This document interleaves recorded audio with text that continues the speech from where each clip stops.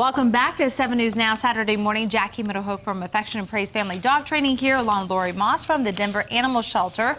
Before we get to Jackie, let's talk about Bonsai, which I love the name, by the way. I don't know how you got the name, but I don't care, because he's super cute. Tell us about Bonsai. He's about 3 years old. He's a Chihuahua mix. He's been at the shelter since July, so I can't believe that. He has great temperament. He's been super quiet and just sweet during all the commercial breaks. He'd prefer to be the only dog just because he wants all your attention. That's okay. Yeah. Probably not tiny children just because he's so tiny. Right. But he'd make a great addition to a family. Were you saying that maybe part of the reason at the shelter he's just a little shy and sometimes could be, you know, like, oh, I don't know who you are, but you know. Right. You know, a lot of times when you walk by kennels at a shelter, dogs act out. Sure. And they're not that way at all once they're out of the kennel. Sure. But unfortunately, that's all people see. So they just walk right by them.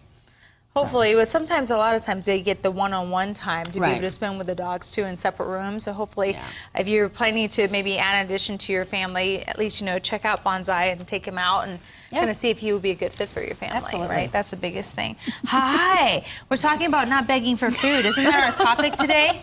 Let's ignore this, okay? He's not begging for food. It's just treats, just hanging out. But it is hard, like when you're eating at the table, and Lana comes up all the time. She just sits there and, you know, I give a little piece, and I'm a sucker. I am. So how do you stop that? Well, the thing is, if you're somebody who doesn't like that, because if you like it, who cares? Yeah. But if you don't like it, the thing is, dogs do what works. So if you feed them off the table every now and then, yeah, they're going to hope that maybe next time you're going to feed them too. So if you don't want them to beg, don't ever feed them off the table.